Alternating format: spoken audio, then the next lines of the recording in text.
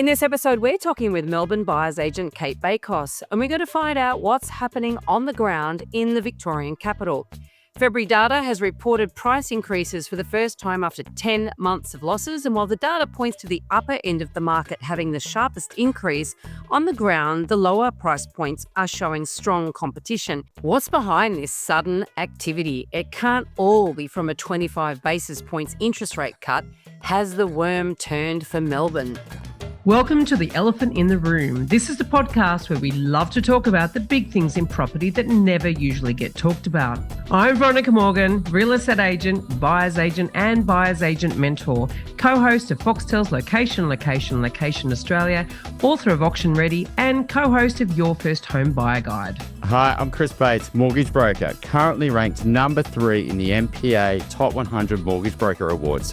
Before we get started, everything we talk about today is not personal advice, and we recommend you engage the services of a licensed and experienced professional. Our guest today is Cate Bakos, an experienced Melbourne property market specialist, and her journey has spanned from earning an honours degree in chemistry to being named 2018's #1 National Buyers Agent of the Year, since then adding past president of REBA, podcaster and author to her list of accolades. Cate has guided over 2,000 clients in their property strategies, and I don't think we've actually properly read her bio before when she's been on the podcast, so I thought I'd ask ChatGPT to help me. Thank you, ChatGPT. A decade ago, Cate founded Cate Bakos Property, a boutique Melbourne buyers agency, and she brings a wealth of experience in asset selection across both metro and regional markets, that's specifically Geelong and Ballarat. And today we want to gain her insights into Melbourne specifically, but we're sure that there's going to be some knock-on effect, in some of those other cities. So, Cate, we're all ears. Thanks so much for joining us today. Thanks for having me. I love ChatGPT's effort too. That was all factual. I'm quite proud when I hear it all like that. So, Cate, you've been a long-term friend of the show. I think we've had you on multiple times. You know the Melbourne market better than anyone, to be honest. And I think we're really excited because I've got a bit of confirmation bias. I think even Veronica and I have been very pro-Melbourne over the last couple of years. And when you look at the price growth around the country and what Melbourne's performed and, just having a fondness to the city. But then on the other side of the coin, Melbourne's had some real challenges at a government level and a debt level and economy level, et cetera. And so it's a real sort of seesaw. What are you seeing on the ground? Because nothing sort of proves the point than what you see on the ground every day. Yeah, we do have a great insight from our little coalface. It's actually a big coalface, and the coalface that I work in, I think it's important for your listeners to hear that it spans a wide array of price points. And we are certainly seeing segmentation, or we have seen segmentation in the lead up to what looks like green shoots, and I'd like to say recovery. In answer to your question, Chris, I think we started seeing a little bit of a murmur of things looking up late last year, but it wasn't really until I was away trying to enjoy a summer holiday, and my email was just pinging all the time, and my rate of new inquiry was disproportionate from other Januaries. And I had a feeling that, I was being beckoned back to the office early. So I came back early because, you know what it's like, you're self-employed, you've got work on, let's go. And I was fielding a lot of inquiry from interstate investors, and namely in this order, from Perth, then Adelaide, and then Brisbane, which is interesting, but that's where the equity gains have been. And active investors who want to diversify and have had great equity growth will sit there and look at their borrowing capacity and ask themselves where they could go next. And so Melbourne has been in news feeds for a little while as, an opportunistic pick for a few reasons. A lot of people chat about mean reversion. A lot of people talk about just sheer value for money, and heaps are talking about the increase in our gross rental yields. And, when you marry all of that up and you listen to a lot of white noise in the media, it's easy to circle in on an area and, confirmation bias kicks in. And I'm not wanting to sound negative because I think Melbourne's got a lot to offer, but we've had a pretty rough time. It's been 3 years to this month since our last peak. So we chat about 10 months of negative performance. In fairness to Melbourne, the negative performance has been reasonably minuscule. Each time the CoreLogic data comes out, it's, minus 0.1, minus 0.2. It's not like we've had colossal falls. But when you have a look at what all of the other capital cities are doing, you do scratch your head and say, Melbourne, what's going on? So yeah, we've had a hard time since COVID. I want to talk about that. I'm sure we both want to talk about this because there's a couple of things in this. One, we talk about confirmation bias, and yeah, as we're talking, I think to myself, and I've always looked at Melbourne and Sydney as being somewhat similar. Okay, we've got similar populations, we've got sort of similar income, and I guess employment profiles of those sorts of things, but we do have differences. I mean, Peter Kalizos talked to some research that one of his I think there was a master's student that had done that looked at the drivers of the property markets in the capital cities of this country. And Sydney's is a very different driver to Melbourne's. And I thought that was rather interesting because I've always just sort of assumed they're the same without having any real evidence to back that up. And I also know that, it's like going with people that are like us. Like I feel like when I go to Melbourne, I'm with people like me, and so therefore it should do what Sydney does.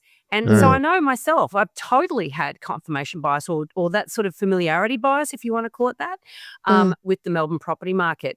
And then there's that reversion to mean that you talk about. A lot of that idea of, well, it's got to come good.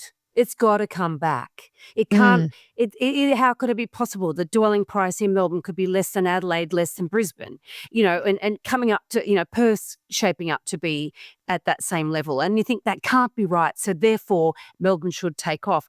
And I'm wondering how much of that type of thinking is actually behind some of this investor attention that's been turning towards Melbourne. Yeah, most definitely. A lot of people believe that mean reversion is, one strong measure. I think in combination with other factors, it's worth paying attention to.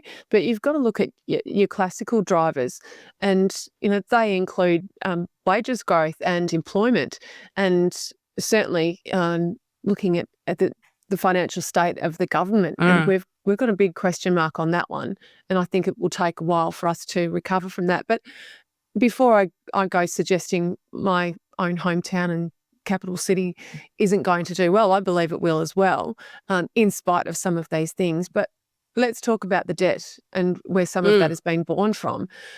You listed all of the negatives about Melbourne, Chris, when we started the show, and one of the biggest ones is just getting around. Right now we're just gridlocked with roadworks and bridge works and train works, and we've had such a huge amount of investment in our state and particularly in our city.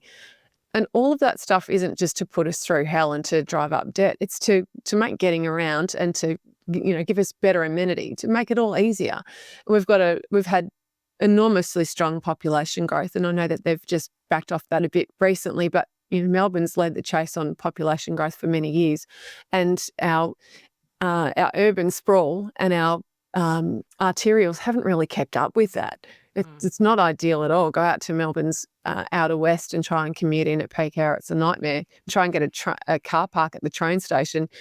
It's not been super well thought out, and that's not just the west. We've got northern and eastern corridor growth as well. So all of these things that we've spent a bucket load of money on, including new hospitals, all of those will start to come to fruition. And unfortunately for us, I think the pain that our city's gone through over the last 3 years in particular has included all of that, the roadworks and the closures and just the gridlocked traffic and insufficient options for getting around. That's about to change very, very quickly. We've got the distributor opening up this year, the Western Distributor, which is, tunnels and taking trucks off. I'm very familiar with that because it's on my side of town. We've got our metro rail project delivering us new stations and much more efficient trains with a new transport system that's quite different to what the previous loop trains have been working with. And we've got eastern side of town roadworks that are shaping up to be finished. We've got the most enormous hospital that you can probably see from the moon sitting here in Footscray.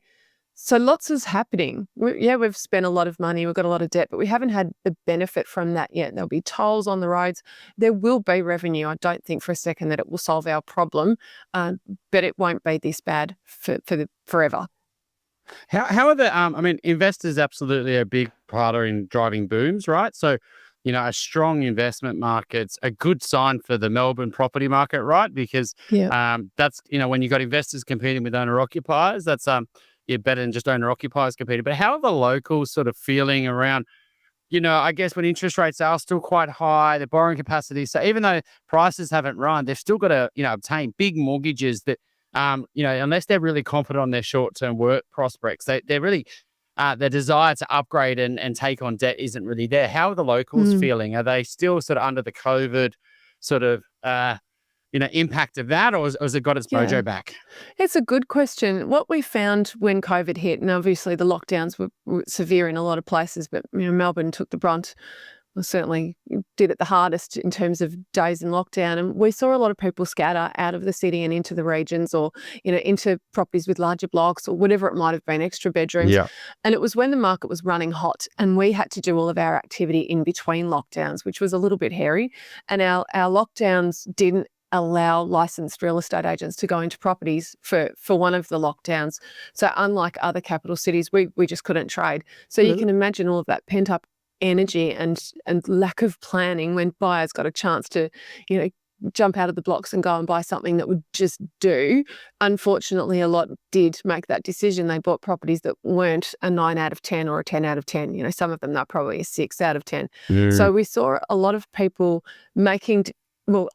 unraveling those decisions shortly afterwards, or people saying, well, I've gone and done this and I can't transact too quickly. So, I think a lot of Melburnians have just bunkered down and dealt with the status quo since all of those changes that, COVID, implemented or caused us to implement. I think they've just wanted to bunker down and take a bit of a breath.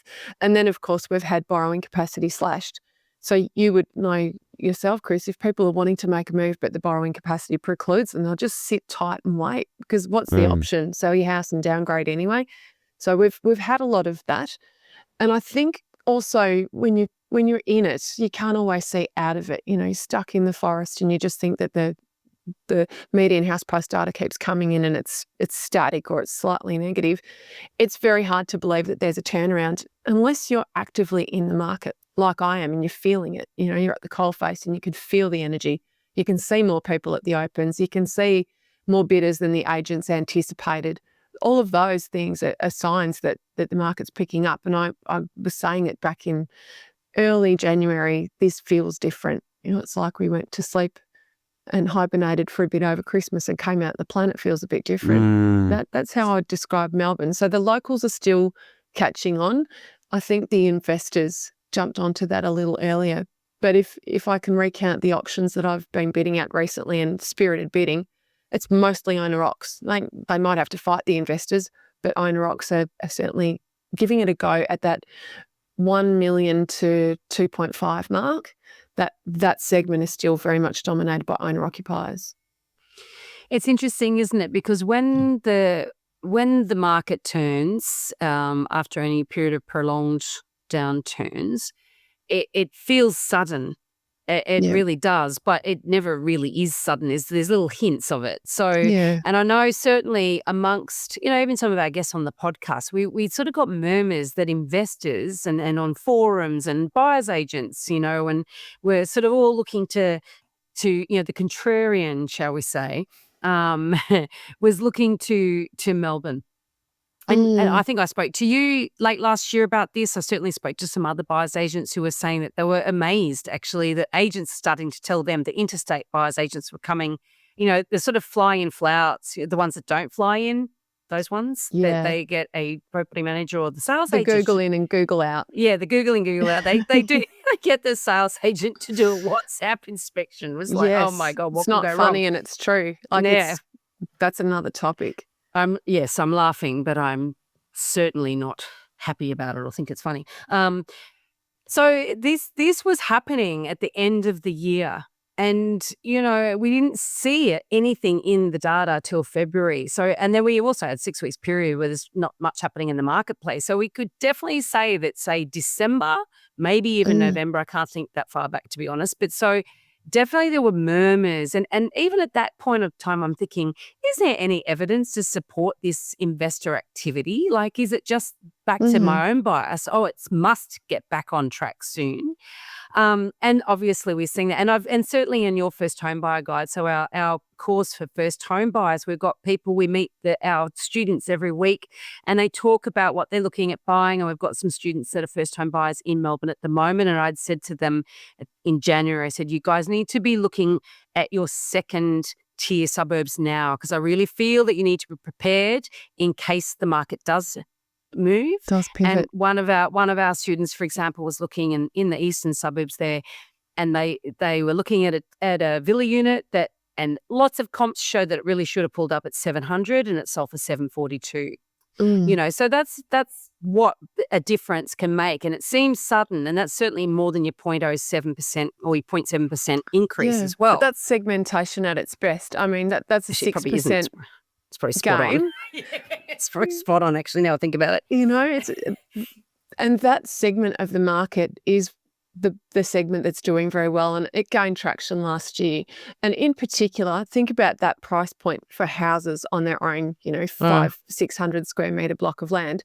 That takes you into Melbourne's west. There are a couple of other options, but there's a lot of buying activity in Melbourne's west because you're not 100 or even 50 kilometres from CBD. You can get a fair bit closer than that. The demographic profile means that you've got to be pretty organised and have a great property manager and be pretty clear about which pocket you're buying in, because you don't want social trouble to cause your sanity on an investment property. But we saw a lot of price pressure in that sub 700 market last year. I could already feel that brewing. But what we do know is in a down market, it's usually that bottom quartile that's pretty resilient anyway. So I don't like to use that necessarily as a driver for a complete market shift. I think looking at quality properties and what's happening with them, in the inner and middle ring, gives you a really good gauge on what you can anticipate in those markets as a buyer's agent. And let's be honest, most of our work as buyer's agents tends to be in the inner and middle ring. It's not often dominated by the outer ring. Investors might get you chasing that, but it's often a really emotion-filled buyer who has the income to pay for a buyer's agent, who doesn't want to miss a great deal, who's probably circling those markets that are closer to the CBD, particularly if they're own rock.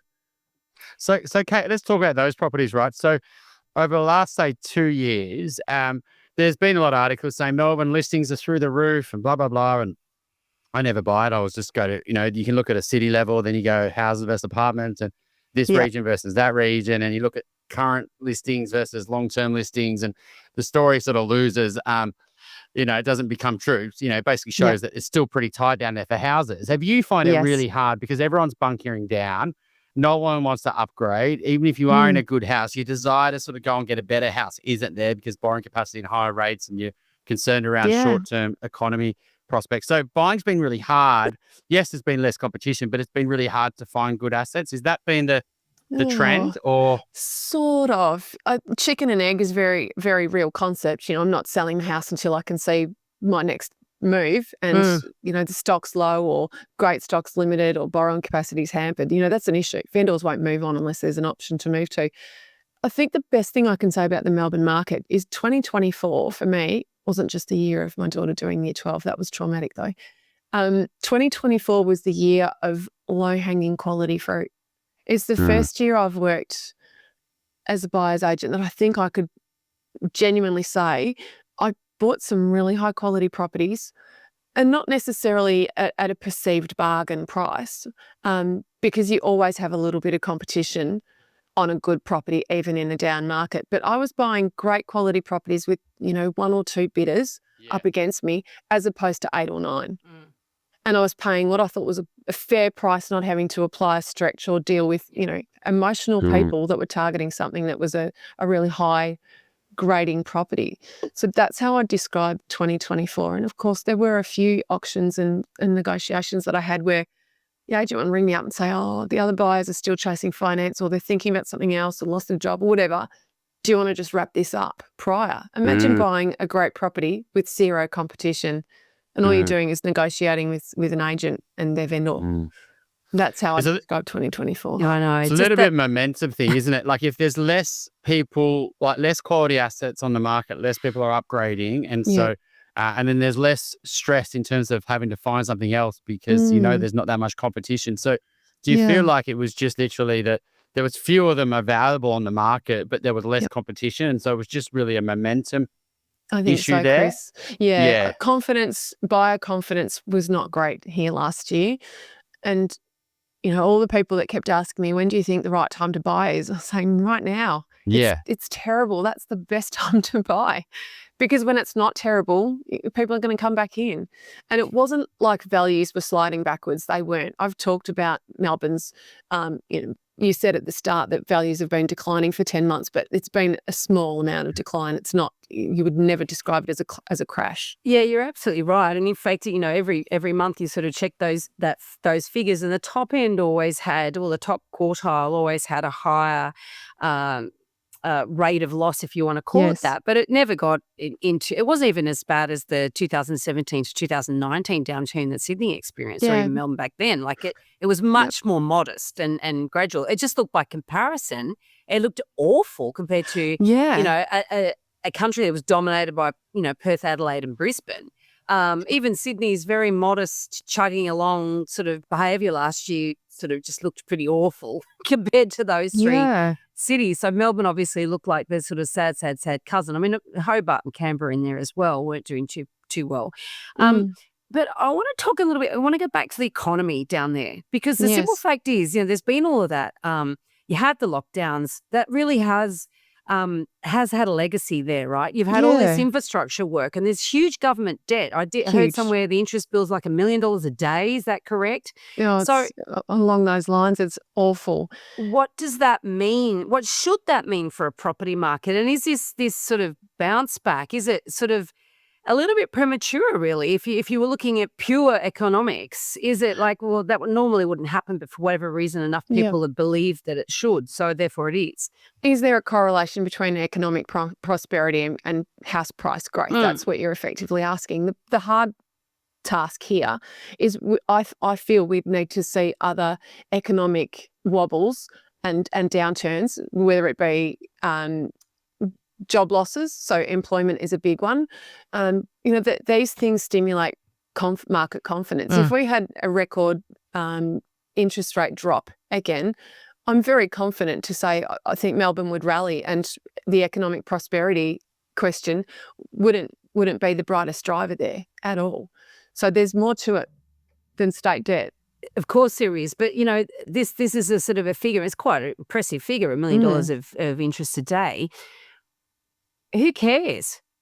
Like, I mean, as an individual buying and selling a property, some of the things that have impacted the property market down there, and certainly has had that positive impact on yields. I mean, you've got falling in property values going to have a positive effect on yields as long as rents are still the same or rising. But you've also had legislation, which we haven't talked about actually in this podcast. We can touch on all that stuff. We've had a lot of that legislation that has scared off a bunch of investors, but certainly not deterring a new generation of investors. Yes. So these sorts of things are going on, and in many cases, when you turn to the media, think these are the reasons why the market's suffering. However, they still exist, and now the market looks like it might be turning. Yeah, that's right. And I've not wanted to call it too early and look like Pollyanna on this one, but we certainly are. There's a change in sentiment out there, and sentiment counts for heaps. And regardless of what it's based on, I think the long-term impact of positive sentiment, it is based on these drivers coming good. We can't just, have house prices pivot because someone wrote a great article. But we need to look at what stimulated Melbourne's downturn. It's not just related to government issues and land tax. We had a lot of Melburnians buy a secondary property during lockdown because, your interest rate bill was 2% per annum and you just didn't want to be involved in lockdowns, and you could buy something down the coast. And people were driving to Warrnambool, up to Alpine regions, to the Murray. I'm talking several hours, not 2 hours. And they bought their Ponderosa and they kept their city pad because they were really comfortable knowing that they had this holiday house option. The interest it was record low, so they could hold it. They might have even been able to rent out or Airbnb their place in the city. And all of a sudden, bosses are calling them back.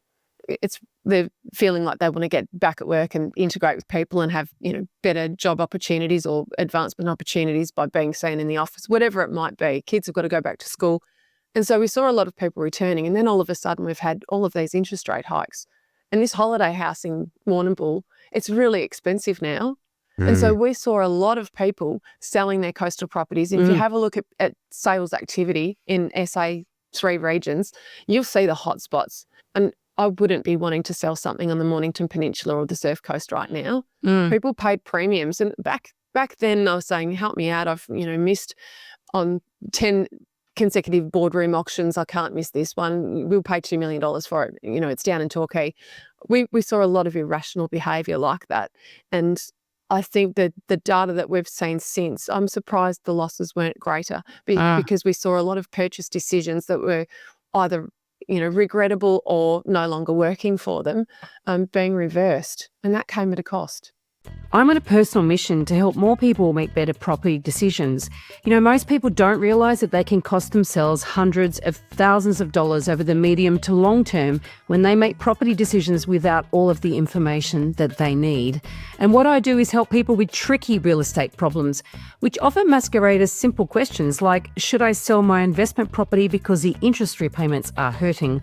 Or should I buy before I sell? Or the other way around. You can connect with me and access all of the tools that I've created to help you make better property decisions at veronicamorgan.com.au. And there you will find resources for first home buyers, details about my buyer's agent mentoring program. You can connect with my Sydney-based property management and buyer's agency teams, Australia-wide vendor advocacy, or ask me for an introduction to the small group of buyer's agents that I would personally recommend across the country. That's veronicamorgan.com.au. If you're looking to buy your first home, thinking of upgrading to a new one, or purchasing an investment property anywhere in Australia, we would love to carefully guide you through this journey and, importantly, get the finance right.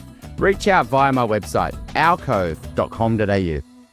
That was going to kind of be my next question, is the buyer preferences and buyer behaviour in terms of what they really value right now. I know that completely got dissembled in COVID, right? Like pre-2019, I've got to be close to the city, the trams, the train, getting to the city is really hard. I want to be able to ride. I want to be able to walk, as close to the city as possible. Time matters because I want to get home to the family and kids. And even something 3 or 4 Ks down the road just feels too far, right? There was this suction towards the city. Then COVID completely ruined that, right? People would go further and want bigger houses in the suburb. Have you seen the buyer preferences of slowly as the city gets its mojo back, as more and more employers say back to the office, and it's almost back to the same as what it was, in 2019? Or are people wanting different things to say 5 years ago? In one word, yes. You're absolutely right, Chris. I've seen a complete turnaround. It wasn't super rapid. It was like you said, it was gradual.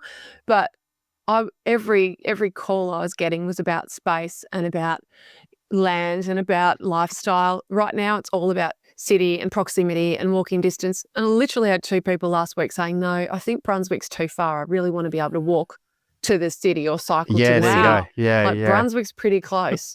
So, yes, I've seen that turnaround and it's almost like we've forgotten COVID. Gosh, I wish we could. And that's quite fascinating because that's a living experiment, COVID, when you think about it. I was wondering too, during COVID, I'm thinking, people aren't going to want to live in apartments after this. They're never going to want to get in a lift again with other people and but they are. Get diseases and and it's interesting how I try to pride myself for being a long-term thinker, but even myself, I was very sort of getting very insular and cocooning, and it has so changed. It's very interesting you're talking about that complete shift back to the original priorities, because people were talking about Melbourne. There's Melbourne CBD. Melbourne has always been famous for really being a very living, vibrant city. You go into Melbourne on the weekends, it's happening, whereas you go to Sydney on the weekends, the peripheries it's happening, but the dead heart of it's pretty dead. The city does feel good. It's no back to normal. Yeah, pretty much. We haven't touched on household formation rates and the impact of COVID. I know you've talked about it a lot on your show, but we had a lot of divorces and a lot of people spreading out and doing their own thing, a lot of singles and single parents, single everything, buying property during COVID, when we could get out of COVID or in between lockdowns. And of course, there's a natural rate of repartnering that takes place when the dust settles and things settle down and people are out again. And so we've seen a lot of people being able to band together their respective purchases and cash that in and buy something bigger. So our requirement for housing has changed, and there's been a slight uptick in the household formation rates of late. But I think we've got to look at what happened to Melbourne and understand just how difficult that rate of separation and divorce and breakup and going solo was, because it really did it made its mark. And anecdotally, the agents were talking about the number of separations that they were dealing with in terms of sales. Have we got any data Yeah, I don't think we've ever talked about that. No. That's completely something I'm just trying to think about clients and going through, and I've absolutely seen that as well, where people have come, second partnerships, whether they get married or not, probably not. They're not doing that again, but they have combined their resources and they've sold their two places and they've got cash, and they're almost like they're coming back into the market. And I would say, yeah, I have noticed that in recent times as well. Are you saying you've noticed that in Melbourne, or you've noticed that with in other locations, Chris? No, I wouldn't just say just Melbourne. I would just say just generally, the people coming post, a breakup and then coming back in a new partnership, and the deposits they've got are quite big because we're so they've sold optimistic, aren't houses. we? But, you're throwing away a lot of money in transaction costs by doing that. And also the big expensive thing isn't getting divorced, it's the property settlement side. I'm surprised people are doing it. Well, it takes a few years to work through. I was just curious, Kate, so you've been in the Melbourne market since early 20, and when did you start buying? 2010, 2011. Okay, so say 15 years. So, Yeah. The demographic driving the market then, let's say, definitely a Gen X/boomer, and you're now getting down towards more of a Gen Y. Are you finding that the mentality of that generation versus, say, a generation before want the same things as their parents' generation? Like, do they still have a preference for the East and the Bayside over the inner North and the inner West? Or are they almost like, no, I don't want that. I'm more like this and this is more my personality? Or is it pretty much the way that Melbourne properties have been priced in the past is based on previous generations? Yeah. Is that, the gap between there's always a premium for the Bay and always a premium for the East? Do you see that continuing, or do you think the next generation don't value that as much? No, they certainly value it. The Bay and the East, they reign supreme when it comes to land values. But I think there's a real acceptance and an understanding of stepping stone. We talk about this stuff a lot, and I look at my daughter. She's 18. She shows me all of these amazing people on Instagram that are doing cool things with their money. Never mind that she's got mum to tap into, but I don't count because I'm mum.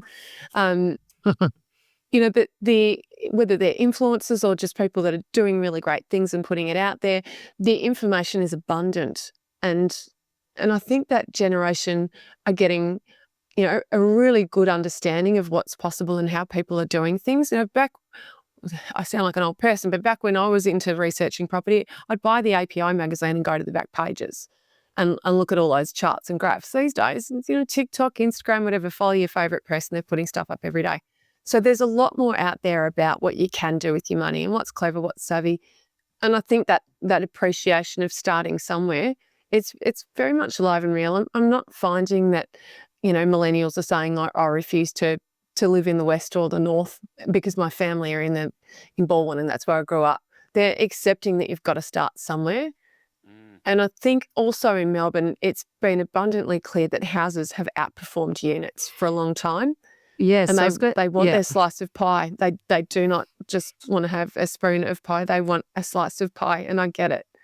But that's sort of interesting because I've seen it in Sydney that you'll see acceleration in unit price growth when houses get particularly unaffordable.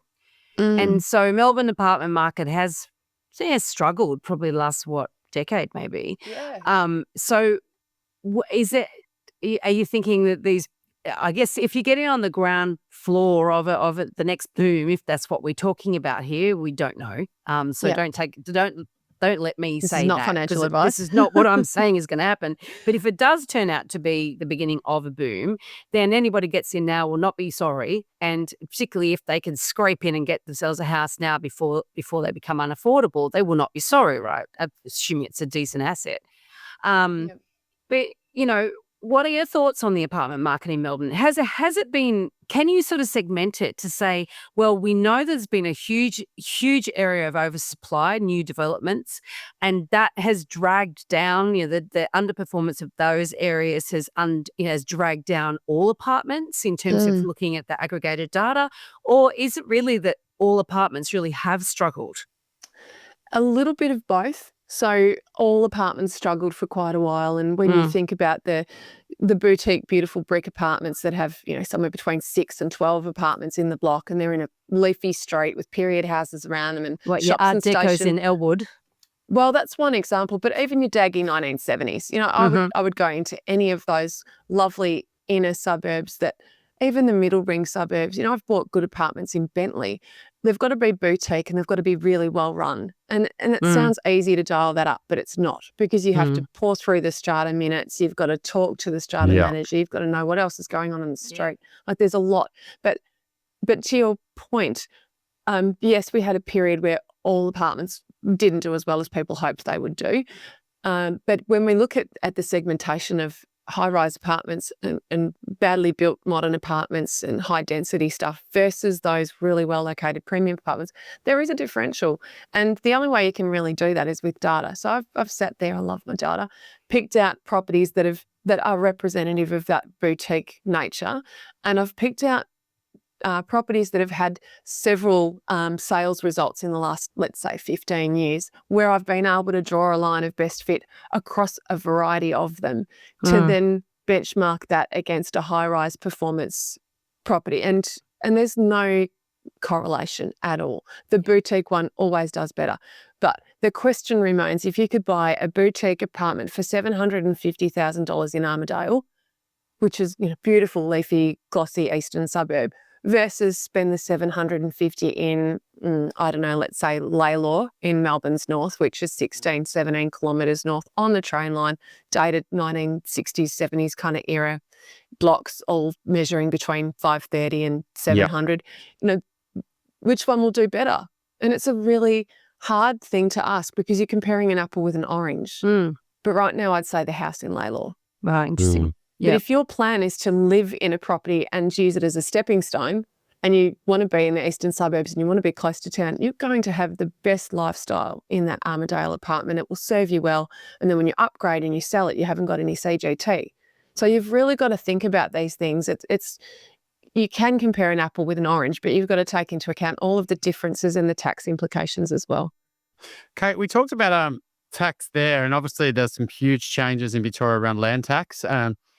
Basically had a limit or a threshold that you sort of had to hit before you started paying land tax as an investor. It's very low. And now it's basically zero, right? Now. Well, it's exactly. 50 grand, yeah. Yeah, exactly. So it's basically, you can have any land in Victoria, you're going to start paying land tax, why right? bother? Why with the 50 grand? I mean, might as well have had zero. If you buy a crappy enough apartment, you like a high-rise horrible thing with it's a good point. Oh, okay. Yeah. It's a good point. There exactly. you go. Yeah. 100 on the block, maybe your land's only 50 grand. But I've seen a couple. have you seen the owner occupier? Because you change the incentive, you change the behaviour. I think someone very famous said that one day. But and if you change the incentive here, like if I'm living in Melbourne, right, and I've got my house in Northcote or Brighton or Camberwell or wherever it might be, right, and I would have. I want to get away from the city on the weekends and have a house down the Mornington Peninsula or down the Surf Coast or, Echuca or whatever it might be. It doesn't really make sense, right? Because you go, I've got to pay land tax. Yeah. There's already a lot of other people on Airbnb down there. It's already gone up a lot. People hate paying taxes, right? Have you seen people just say, well, instead of put that 1-2 mil to a holiday house, I'm just going to upgrade my home, and because it goes tax-free. And their response has been just go deep, more and more into owner-occupier sort of situation. Have you seen that change in behaviour? Because it makes sense, right? Like, I might as well just use Airbnb rather than buying a holiday home, because the cost to own is just so much. I personally think that's probably a good thought bubble to have. I haven't seen that behaviour, but in fairness to people that might have made that decision, I might not get to see the mechanics of that decision behind the scenes. They might just be coming to me saying, we've got a capacity of 3.5, can you find us something great? I don't know that they've gone, forget it, we're not buying in Blackberry and we'll upgrade. So I think it does happen, but I believe that someone who's committed to property investing, they want to leverage. They understand. Well, you'd like to think that they'll understand their motivation for doing it. So is this shorter term play, or is it long term rental growth? Is it crystallizing a gain upon retirement, dealing with the tax, whatever it is? They tend to want to buy an investment property. The difference is that they've all gone to other states until recently. Right. Dear. Southeast Queensland and Perth. And maybe Adelaide. Perth. Yeah. And I get people sometimes saying, Kate, what do you reckon? We're thinking about buying in Melbourne or Brisbane. Well, when you've worked that out, let me know. Because I don't work in states outside of my own home state. I carry bias naturally, and I don't know Brisbane. So why am I going to tell someone not to invest there? And have you seen, though, that because Melbourne was always pretty cheap to rent, right? So one of the things that even if you're, always have the ability to rent apartments, there was never a shortage of apartments to rent in Melbourne. And you got kicked out of one, didn't matter. You could rent next door or above it or below it. It was easy to rent. And even if you're a couple or a family and you wanted to rent a house, you could rent a big house with a big block of land in a great school catchment area really cheap. And that's because there was a lot of investment properties. A lot of people had a lot of houses as investment properties. Have you seen that a lot of people have been exiting those over the last few years, not just through, cash flow, but just through death, divorces, getting older. And that's really making it harder and harder to rent every year. Most definitely. Yeah, our rising rental yields is not just a function of property values remaining static. It's actually been a marked growth in rents. And if you look at the data from COVID 2020 to now, Melbourne has had one of the strongest runs with rental growth. And there were a few reasons for that. Before we had our land tax burden, we also had a lot of changes to our rental legislation. And some of them are really difficult legislative changes to handle. We had a backlog in VCAT, which is our tribunal, that would put off any investor from having a property, because if you've got to wait for a year for a hearing and you've got no rent or you've got a damaged property or whatever, that's just a nightmare. So those things were starting to agitate investors already. We've also got a baby boomer cohort that are moving through and looking to get cozy in their retirement. So we saw a lot of investor-led sales just to liquidate and to take stock and put it into super. And the taxes have obviously, really rattled a few investors. And our yields were always one of the lowest. We compared to Sydney. In fact, I think for a couple of years there we were slightly below you. And we saw a lot of pain during COVID when we had the eviction moratorium in place, and Scott Morrison and Dan Andrews basically said, you guys work it out. Look after your tenant, work it out. I think that the sentiment around being a property investor, switched a long time ago for a lot of locals down here. And, the land tax was just kind of the nail in the coffin. So we've seen a lot of properties selling. Combine that with the fact that we had people who owned two properties after, COVID, when interest rates were so cheap, they were starting to scale back down to one for economic reasons. As a result of all of that, we've had a very strong sell-off. And the last piece of the puzzle, which is really interesting to note, relates to properties that don't meet minimum rental standards. And it doesn't have to be like a disgusting and rugged property to not meet rental standards. And if the cost of fixing it, while we've got, tougher interest rates, is too much of a burden for someone, they will just offload it. So I've talked about houses doing quite well in the Melbourne market. I've cited the $1 million to $2.5 million market. But the disclaimer that I'll have there is within that band of houses, we've got a two-speed market, the renovated houses and the unrenovated houses. So all of the stuff that investors are letting go because it doesn't meet minimum rental standard and it's now a headache, they are not selling well. But that's sort of quite typical of a slow market anyway. So the conditions that you've had over the past really 3 years have I know when I've been in that market in Sydney, that if you don't have to buy a renovator, you're not going to. If you can actually get a decent home in good condition or even a renovated home, and you're not going to pay a huge differential for it, you're just going to go for that. If you don't have to fight for the privilege of getting into your chosen marketplace, and people tend to only compete for unrenovated properties, I should say, when FOMO is driving the market and when they feel like that's their only opportunity, they're going to miss out on everything if they don't go for it. So that sort of plays in, those two things coinciding, or those two circumstances coinciding, makes perfect sense to me in terms of what I know buyers will do under those conditions. I think you're absolutely right. It's amplified here because we've got so much civil infrastructure going on, and the government projects have just sucked all of the tradies out of the system. Like, try and find someone who's happy to build you a pergola. Not going to happen. Not for anything less than an absolute mozza. And we've also had materials cost rises and labour cost rises, in the construction sector anyway. So obviously all of these things combine to have that happen. Are you finding though? So is your sort of thesis then that the local investor, so the Melbourne-based or the Victorian-based investors have been the ones selling out, and the interstate investors have been the ones coming back in, probably buying different types of properties, I'm guessing? Not necessarily. I mean, all investors that we're working with, particularly if they're interstate, but investors, they want to be hands off. They're not looking for a project, at all. That's what I mean. They're not going to be buying the unrenovated houses that are coming onto the market. Not really. No, that the winners in Victoria as a segment have actually been first home buyers.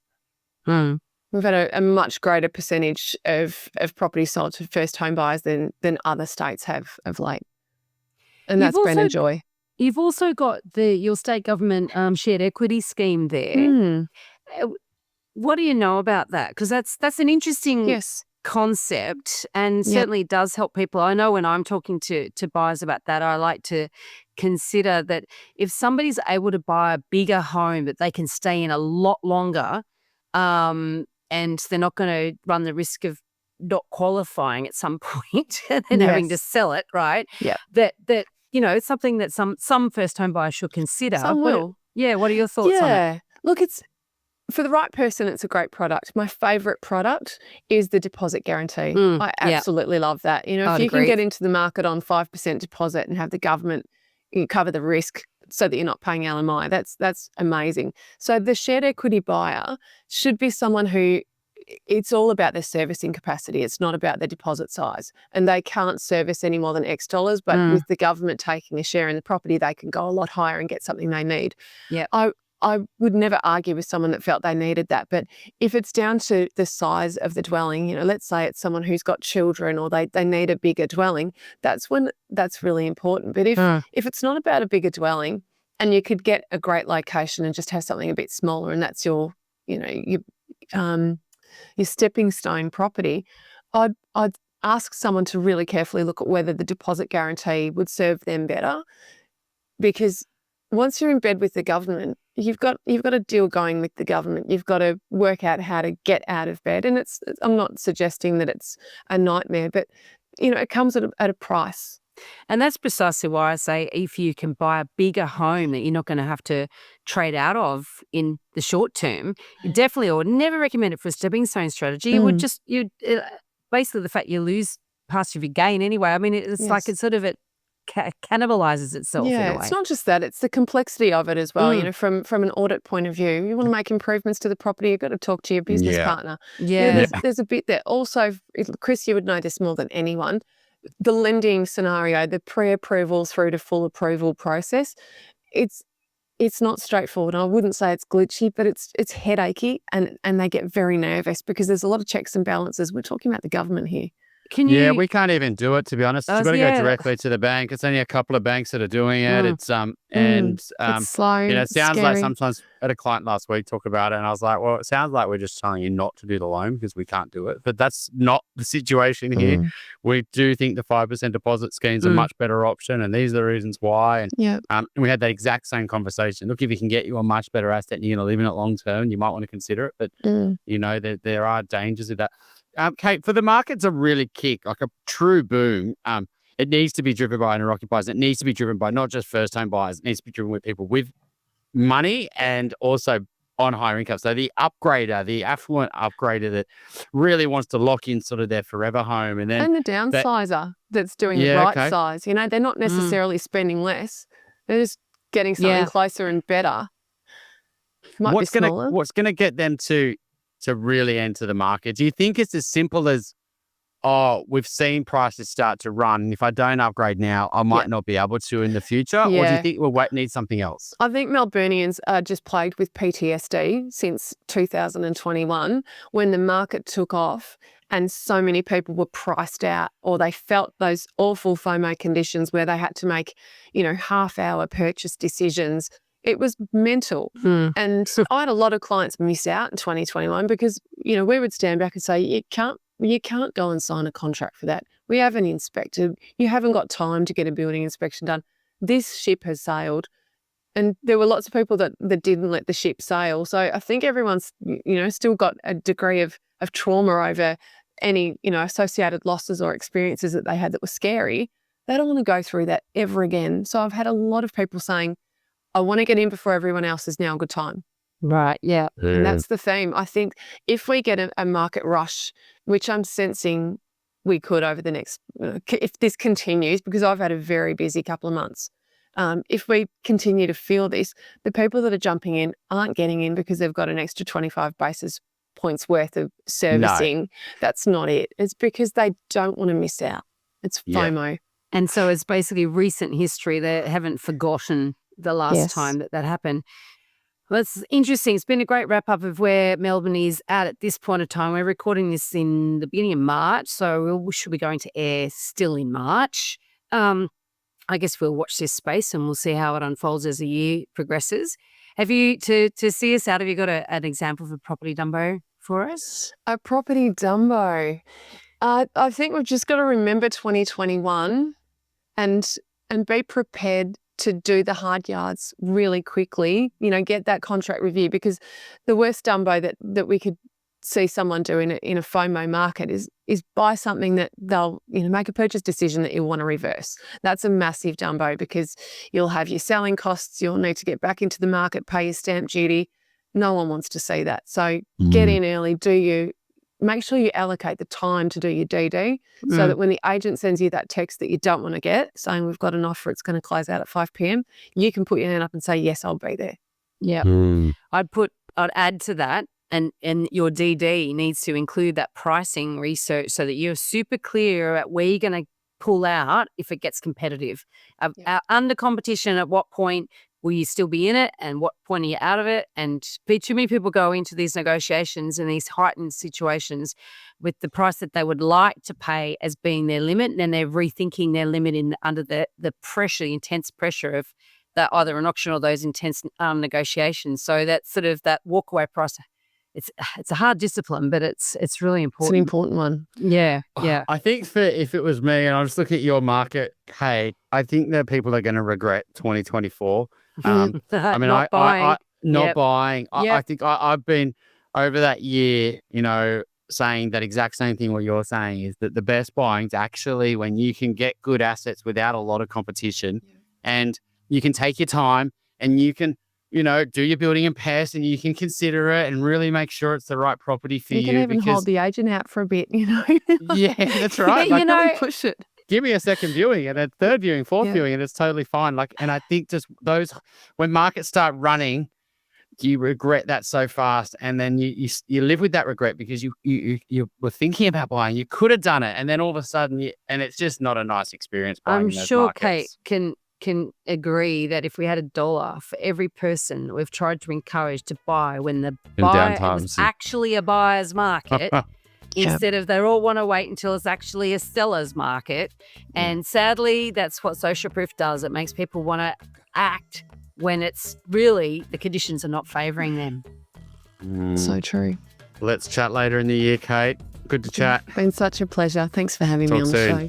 If you have a question that you'd like us to answer in an upcoming Q&A episode, you can send us a voicemail or written question via the website, theelephantintheroom.com.au, or you can email us directly at questions@theelephantintheroom.com.au. If you like what you're hearing, please share this episode with others you feel would benefit. And while you're at it, why not leave us an iTunes review? 5 stars would be great.